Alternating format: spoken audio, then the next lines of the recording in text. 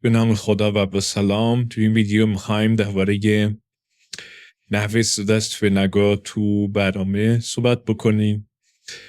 خب فرض کنید شما یه چند تا فلگ دارید، همزمان میخواید اینا رو مثلا چند تا فلگ مربوط یه چیز بیه و هر کدوم یه معنی میده. میخواید ست بکنید، چک بکنید و خب یکی از راه اینه که برای هر کدوم یه متغیر تعریف بکنید و اونا true و false بکنید. خب که خیلی بهینه‌ای نیست. یه راه اینه که شما خب فلگ چون دو تا مقدار true و false داره با یه بیت هم میشه این کار کرد. فرض اینجا من 8 فلگ دارم و میخوام حالا ستشون کنم، چکشون بکنم و نمیخوام 8 متغیر روزشون نرم کنم با یه متغیر مثلا آنساین 4 که یه بایته که میشه 8 بیت و هر بیتشو برای یه دونه از این فلگ‌ها در نظر بگیرم. خب برای این کار خب بستگی این که کدوم فلگ‌ها ست شده باشه. مثلا بیت اول برای فلگ اول اگه ست شده باشه مقدار کلی میشه 1 و مثلا اگه بیت دوم ست شده باشه که مربوط به فلگ دوم مقدار این میشه 2 و مثلا اگه بیت آخر ست شده باشه مقدار این میشه 128. خب و خب همزمان میتونن چند تا فلگ اما هم ست شده باشن که خب مقادیرش مختلف میشه. مثلا فرض کنید اگه فلگ 1 و 2 ست شده باشه خب مقدار این فلگ اینجا نگاه میکنه میشه 3 دیگه که میشه اور این دوتا، اور 1 و 2.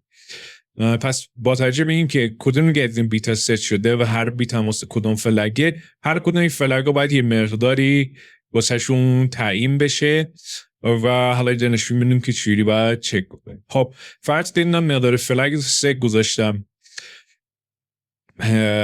که حالا میتونیم اینجوری به صورت 3 بنویسیم، میتونیم به صورت مثلا اور این دوتا بنویسیم. خب حالا واضح تره. خب یعنی میگیم که هم فلگ 1 ست شده هم فلگ 2 ست شده که حالا مقدارش میشه همون 3 که ما اینجا داریم ببینیم. خب میگیم که 3. خب برای اینکه چک کنیم مثلا فلگ 1 ست شده یا نه، راه اینه که خب بندش کنیم با مقدار اون فلگ. خب مقدار فلگ 1 وقتی اند بکنیم به چه صورت میشه؟ من بذاریم اینا بذاریم بره جلو. خب برای اینجا فلگ و مقدار اولیش 3 دیگه که اینه. وقتی ما هم چک بکنم با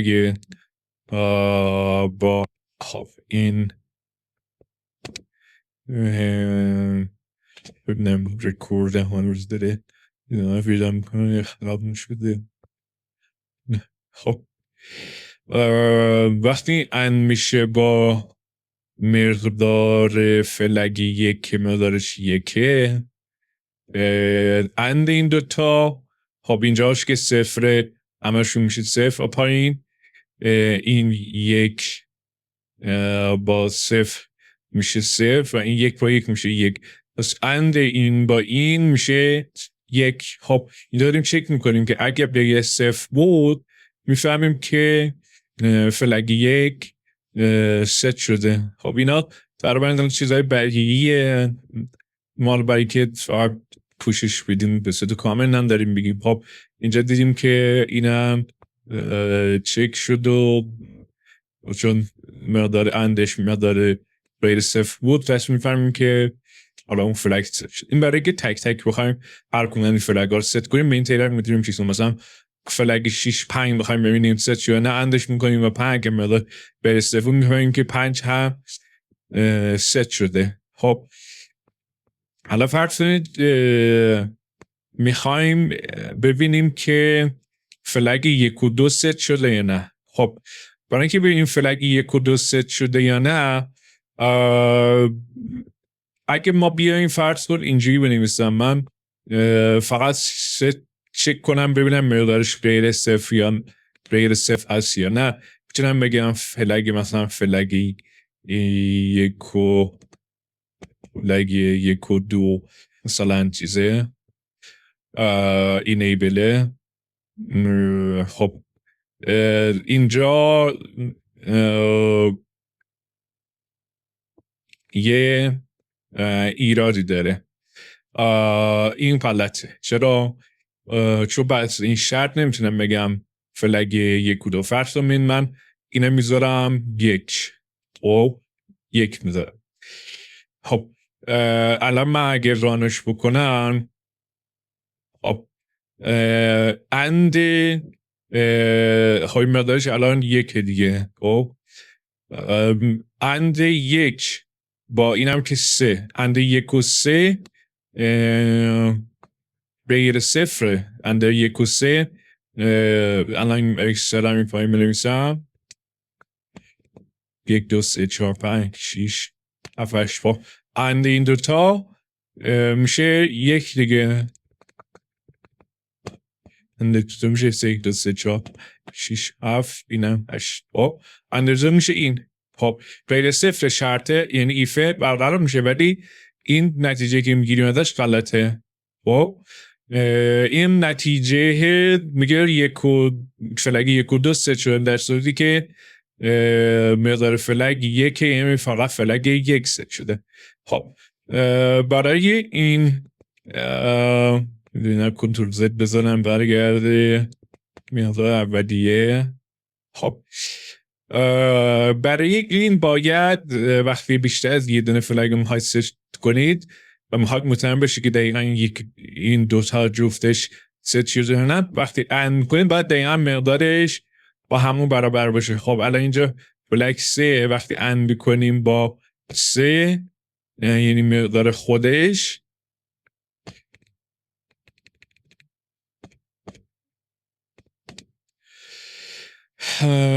این میشه هم دیگه، اند این دوتا میشه خود همین 3 و اینجا دقیقا مطمئن میشیم که این دوتا ست شده. پس برای وقتی یه دونه است مثل این همین فقط چک بکنیم که غیر صفر کفایت میکنه. برای وقتی بیشتر یه دونه میشه باید دقیقاً با اون چیزی که اند کنی مقدارش با اون برابر باشه. خب اینم پاک بکنم. خب پس اینجا الان ملای 3 اندشم با 3 میشه 3، پس دقیقاً میفهمیم که هم 1 هم 2 ست شده. خب اون آخریه چی میگه؟ حالا توی این روش اولیه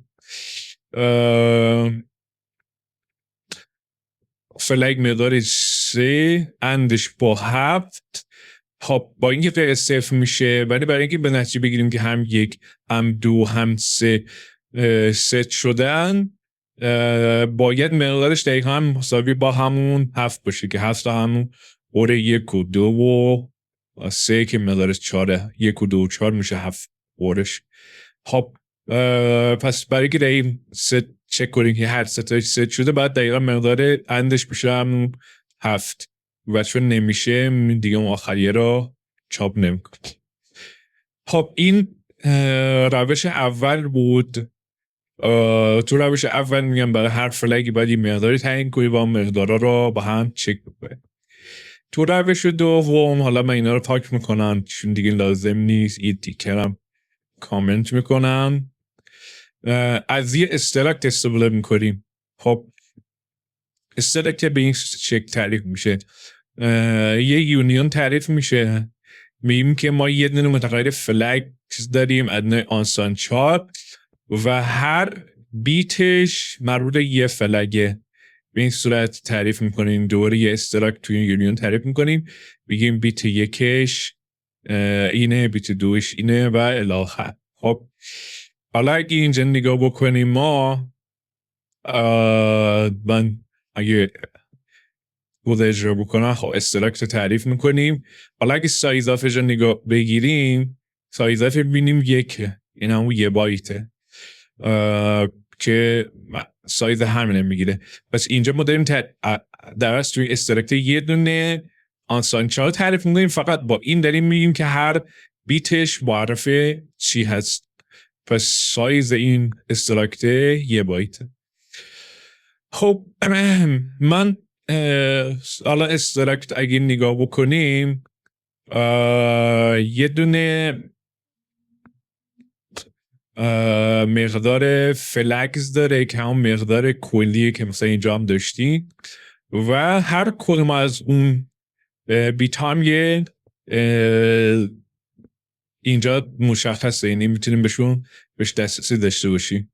خب من یه مقدار اولیه 0 میکنم که همه 0 بشه. خب حالا اینجا دیگه لازم است برای هر فلگی مثل اونجا یه عدد تعریف کنیم که معرف جایگاه اون بیته. ما تک تک هر کدوم فقط میتونیم true و false کنیم. خب ببینید الان فرض کنید فلگی 1 رو ست میکنم. خب الان اگه توی استرکت نگاه بکنم میبینید فلگ 1 شده 1 یا هم مقدار true این ست شده و مقدار کل فلگ هم که همون متعلق آنساین چارت 1 بایتیه شده 1. خب حالا فرض کنید من فلگ 2 هم ست میکنم.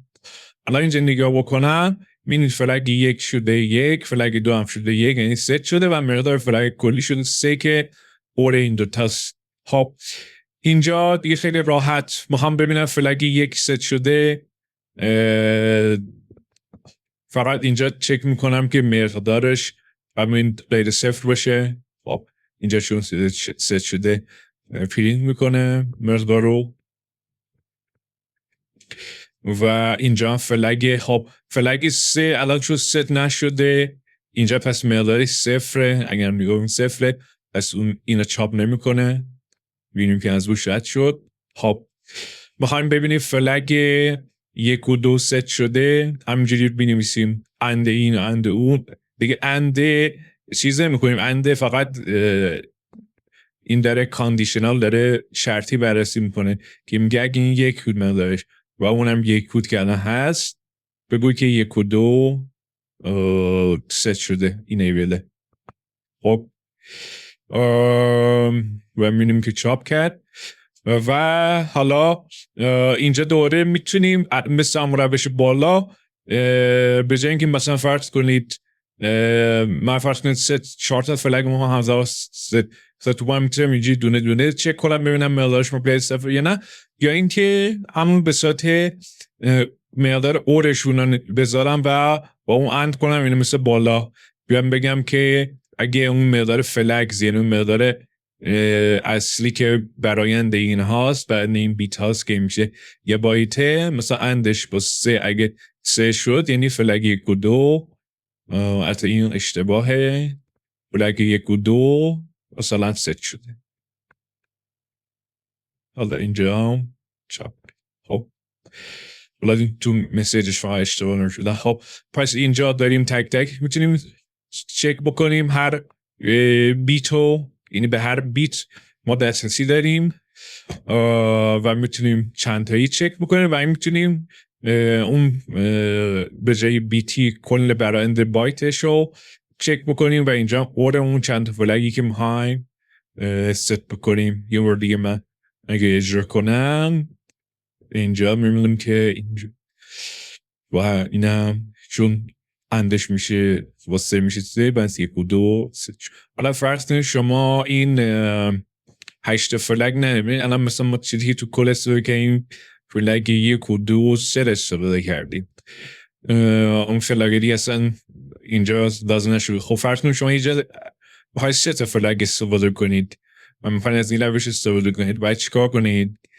خب من اضافه هاشو پاک میکنم. شما 3 تا که استفاده میکنید 4 رو میارم مثلا اسمشو میذارید on used و چیزی توی مایه ها و تعداد بیتی که دیگه استفاده نمیشه رو میذارید اینجا مثلا 1 و 2 3 از 8 تا 5 تا دیگه میمونه و اینم به این صورت تعریف میکنید. و خب حالا اگه مثلا با تست کنیم میبینیم بازم فرق نکنه با اون چیزی که ما اینجا لازم بوده استفاده شده. خب میبینیم که همچنان سایزش 1 بایته، درسته مدلن و نمیدیم فلگا همشون میشه 0. این دوتا رو ست میکنیم که میشه 0 و اینا هم به درستی اجرا میشه. خب اینجا شما فلگای بیشتر لازم نبوده و دیگه اضافه هاشو که حذف کردیم 5 بیتش رو گفتیم unused. خب این از یه نکته دیگه این که فرض کنید شما تعداد فلگاتون بیشتر از 8 است. بذارید اینو برگردونم اینجا که نخواهید بنویسم. خب فرض کنید بیشتر از 8 است. خب میگه تو یه متغیر 8 بیتی یا 1 بایتی جا نمیشه.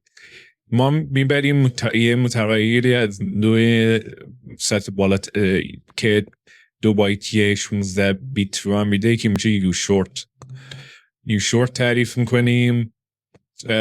فقط یه نکته هم اینجا آدم بگم که اینا سعی کنید از نوع حالا آنسایندش باشه. آنچه خودم برا اون حالت 8 بیتیش یا 1 بایتیش یه بار از غیر آنسایند استفاده کردم، یه رورای عجب غریبی میدادم خودتون بیشتر ارسکن. حالا بعد تایپ های واردت شاید مشکل نباشه ولی بهتره که از آنسایندش استفاده کنین. میان چون تو یوچارش من از غیر آنسایند استفاده کنه یه مشکلی خوردم مقدار خاطر مقدار منفی مثبت این چیزاش. خب پس شما دوره همه اینا رو بعد تبدیل به اون متغیر بزرگتر بکنید. این 8 و 9 هم می نویسیم. این هم 9 و دیگه بقیهش رو مثلا دوباره میگی unused میشه 7 دیگه میمونه دیگه. خب و دیگه فکر کنم همیشه درسته. حالا برای اینکه هم استفاده بکنیم مثلا من نمیذارم 9 و 9 هم حالا میتونیم ست بکنیم. این هم 9 و حالا یه اجرا بگیریم ببینین این تیکه شده میخوایم اجرا نشه ببین چجوریه. خب الان سایز استراکتمون بعد 2 بایت بشه که هست. نظر اولیه میدیم 0 همش بشه 0 ایناش رو ست میکنیم. خب این الان فلگ 9 ست شده، یک کدام ست شده. مدار کلش هم میشه 259 چون این 256 اینا هم که 2 1 ست 259 میشه. درسته اینا هم که همونجوری میبینی رو درستی اجرا میشه. خب این هم از این نکته.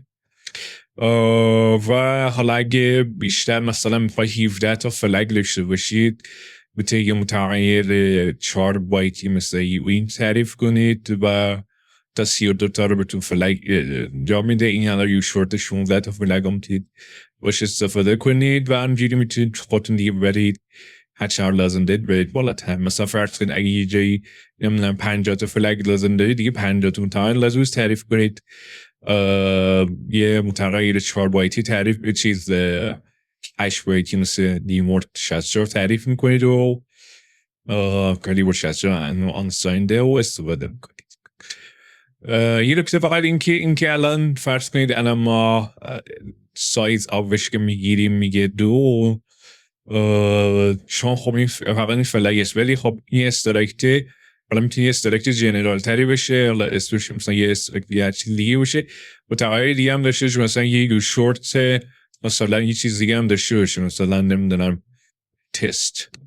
خب اینجا دیگه سایزش دیگه اگه نگاه کنید میشه 4 بایت که 2 بایت حالا این تست است و 2 بایت این فلگ است که این فلگ ها رو تنوش مشخص کنید.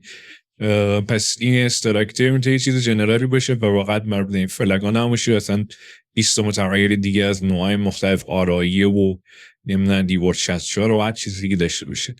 مثلا فرض کنید یه دیو 64 من اینجا میذارم، این ورد 64 مثلا نمیدونم چه میدونم آی مثلا.